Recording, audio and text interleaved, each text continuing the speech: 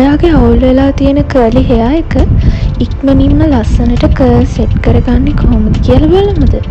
මේ තියෙන මගේ කලින් කොණ්ඩේ. එතකොට මේ තියෙන්නේ කර්ල් සෙට් කරාට පස්සේ මගේ කොණ්ඩේ තියෙන විදිය. අපිට මුලින්ම මේකට ඕන වෙනවා හොඳ හෙයා මාස්ක් එකක්. ඒ වගේම ඔයා ළඟ තියෙන හෙයා ක්ලිප් එකක්, කර්ලි හෙයා බ්‍රෂ් එකක්. මුලින්ම ඔයාගේ කොණ්ඩේ මේ වගේ කොටස් දෙකකට බෙදා ගන්න.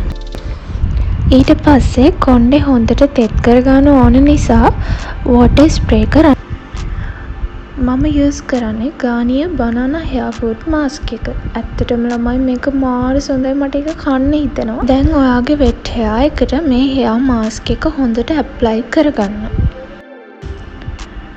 ඔයාගේ කර්ලි හෙයා බ්‍රෂ් එකෙන් මේ විදිහට ඔයාගේ කර්ල්ස් හොඳට පීරන්න. මේ විදිහට කොණ්ඩේ බ්‍රෂ් කරාම ලස්සනට ඔයාගේ කර්ල් එක සෙට් වෙලා එනවා. ඔයාගේ කොණ්ඩේ දැන් හොඳින් වේලෙන්න තියන්න.